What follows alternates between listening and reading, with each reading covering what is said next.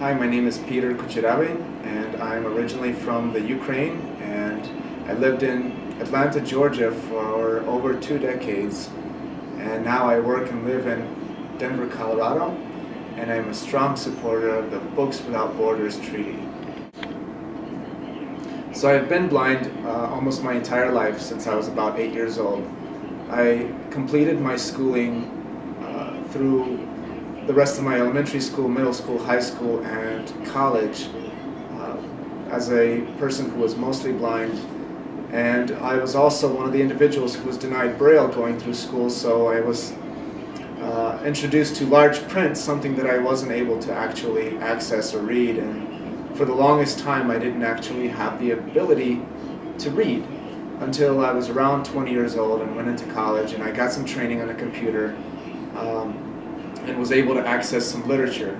So during college, my studies were anthropology and religious studies, and one of my focuses was also Russian, given that that was my first language. I wanted to access literature that came from Russia, and found it extremely difficult to actually get anything translated into English or vice versa so that I could access the literature as equally and as efficiently as my peers.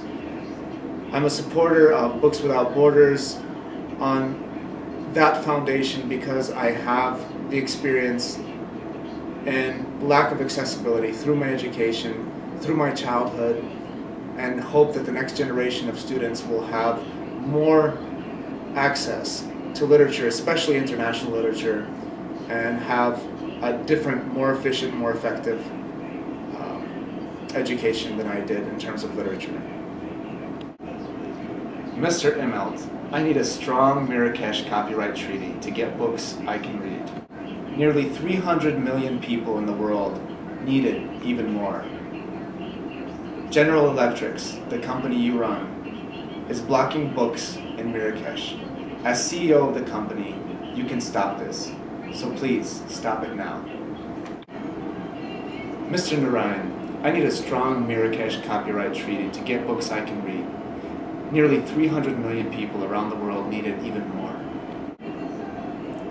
Adobe, the company you run, is blocking books in Marrakesh. As CEO, you can make this stop. Please, make it stop. Mr. Tillerson, I need a strong Marrakesh copyright treaty to get books I can read. Nearly 300 million people around the world need it even more. ExxonMobil, the company you run, is blocking books for blind people in Marrakesh. As CEO, you can stop this. Please stop it now.